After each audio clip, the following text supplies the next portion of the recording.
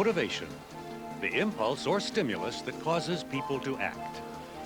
In other words, it's what gets us out of bed, into traffic, off to face the challenge of our workday lives. At times, some of us have a lot of motivation in our work lives. I hope we get started on the Z109 project today. Morning, Gail. Gotta crack that Technicorp account this week. Other times, some of us, well, let's just say we need a little outside help. Monday, huh?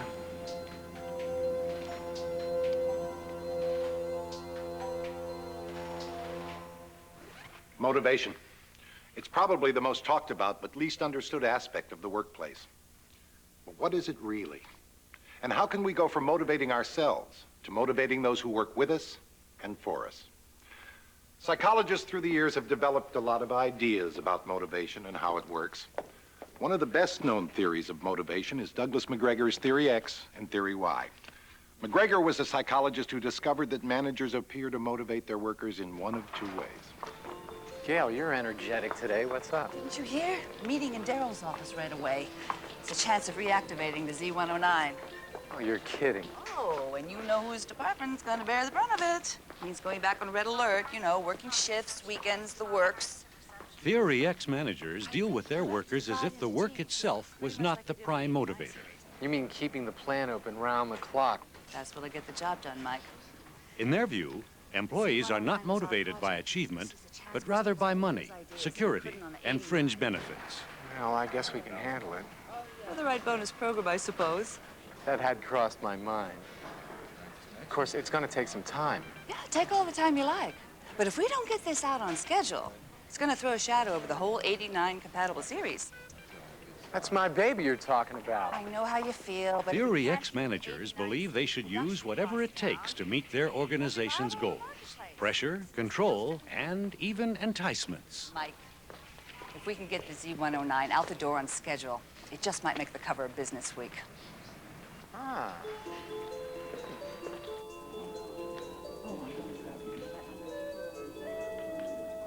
Well, JCN beat us to the market again.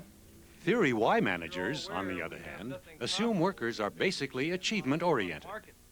Look, we all know I love to hear myself talk, but this is a democracy, and I'm sure you've all got thoughts on it, so... I hate to say it, but the Z109 would have been first on the market if we hadn't put it on hold. That was scrubbed in part due to some kind of design flaw. Not a design flaw. The problem was how to enlarge the logical address space. And I think we've got that licked. Really, how? Theory Y managers encourage employee cooperation and growth by involving them and sharing ideas. Hood can increase that to... If we could address some 4.3 billion. Exactly.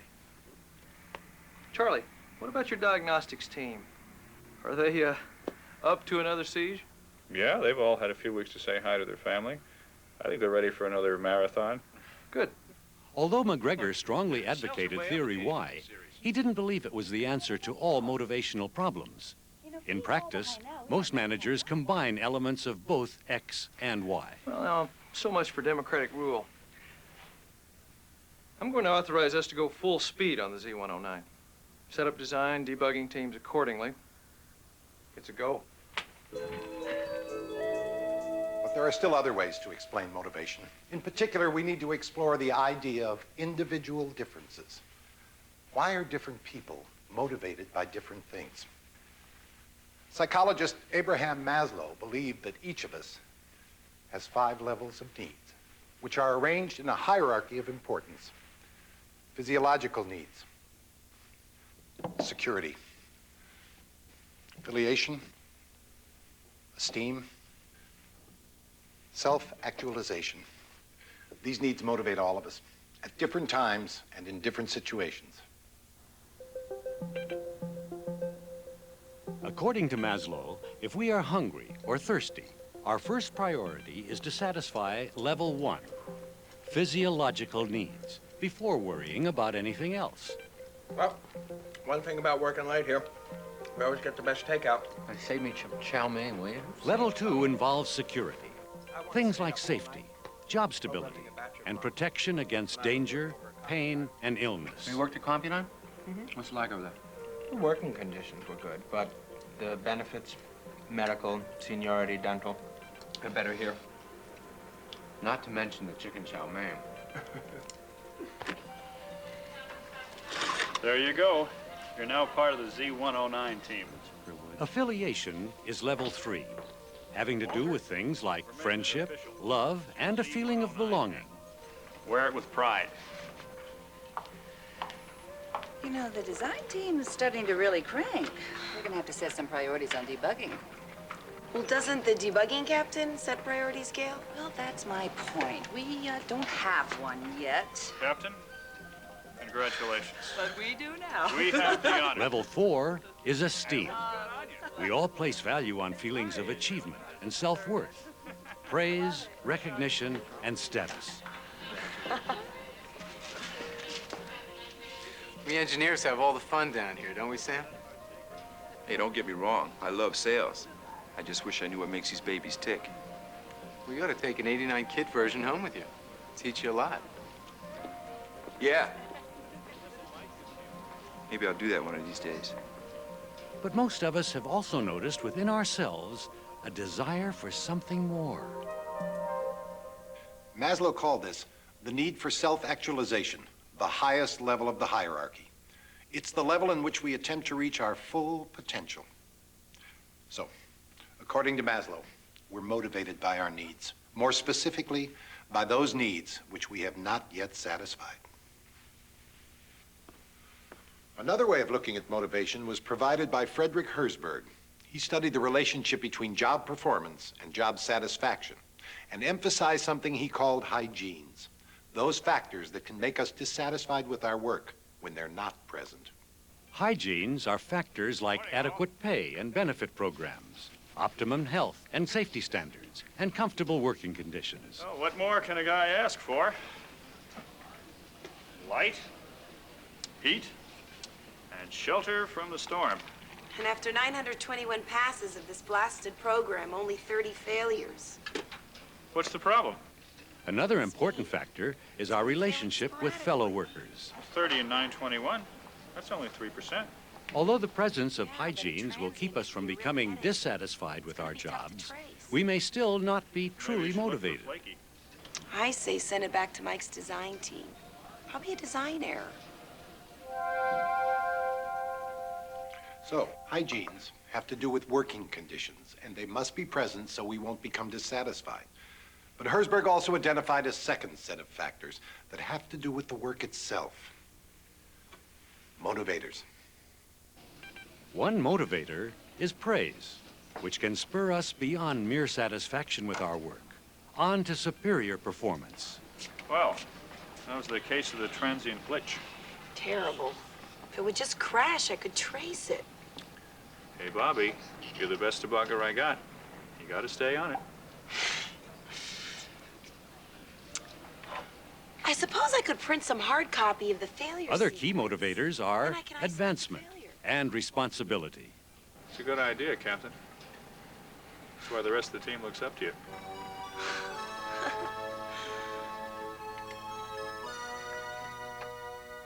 According to Herzberg, motivating employees is a two-step process. First, provide hygienes so workers can concentrate on their work, and second, provide motivators to spur them on to superior performance. So far, we've been looking at motivational theories that emphasize our needs and how we go about fulfilling them. But now we add a new dimension, learning. David McClellan, another motivational theorist, believed that the needs which motivate us are not innate, but learned through experience. He defined three important needs: achievement, the desire to seek challenges and solve problems; power, having to do with involving others and using influence; and affiliation, developing friendships, sharing experiences, and gaining acceptance from those around us. McClellan developed a method of obtaining a motivational profile of each of us by measuring the importance we place on each of these three basic needs. But how long is it going to take? Many effective managers, for instance, have a similar motivational profile. A moderately strong need for achievement, a relatively low need for affiliation, but a high need for power. But this isn't just another knockoff we're talking about. This is a brand new design. We'll be lucky if we have it debugged. Computer buyers are a fickle lot. Without the Z at the expo, we've lost them. Listen, here's what I say. We produce a second workable prototype just for the expo. That way debugging can proceed full speed ahead, and we'll use the 89 software since it'll be compatible.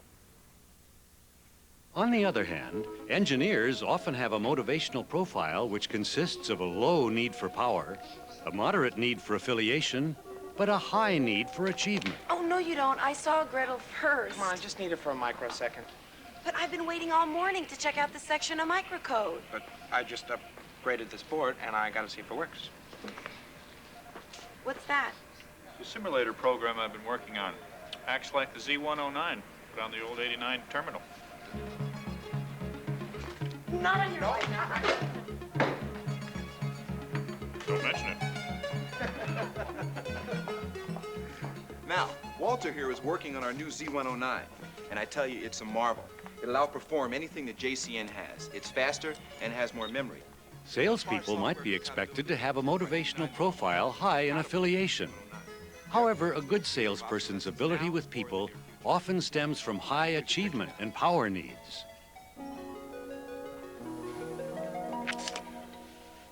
According to McClellan, there are no right or wrong motivational profiles. Different jobs have different requirements. Each of us have different styles. The key is to match job demands with motivational profile. But McClellan went further. He believed that needs are influenced by learning. We can be trained to develop motivational profiles that will better equip us to handle our jobs. Learning was also important to another theorist, B.F. Skinner. He was interested in ways in which our behavior is learned as a result of its consequences, both negative and positive. Just as this fellow has learned to run this maze, human behavior that is rewarded or reinforced tends to repeat itself. Behavior that is not reinforced doesn't. A simple theory with an important implication. Since most of us act in ways we find personally rewarding, all we have to do is manage those rewards, and we can influence the behavior. Say, for instance, you want to speed up production. Looking at the schedule, July will come and go before we get the Z programmed. If I spend any more late nights with Gretel here, my wife is going to start to get suspicious. Listen, Gail, the design team's been working their tails off 6 days a week. First, you have to be able to identify the specific behavior you want to influence. Well, the way I see it, now we could just make it by July if your design team can write 10% more microcode per week. And second, you have to be able to offer whatever will reinforce the desired behavior. In one case, it might be money. Look, I'm drafting a proposal to Darryl for bonuses for weekend work. Is the design team game? Gretel, what are you doing this weekend? I like it. But can a manufacturer have it ready to interface with the Z109? That's the problem. A lot of our peripheral manufacturers don't know the Z109's even coming out. In another case, the most effective reinforcement might be advancement. All along, Sam. What we really need is a regional marketing manager. Congratulations on the promotion. You've earned it. Thanks. No go. We've run a trace from the point of failure. We've printed out the failure sequence. Now can we send it back to design? You know software can't budge until we give the IP a clean bill of health. And the last reinforcer is one of the most powerful incentives of all, rewarding the employee with praise. Come on. On the 89 series, you were always coming up with creative ways to trace bugs. Gretel, Gretel, Hansel and Gretel. Hey, what if we do what they did? What do you mean? You know, lay some electronic breadcrumbs from the IP to the failure.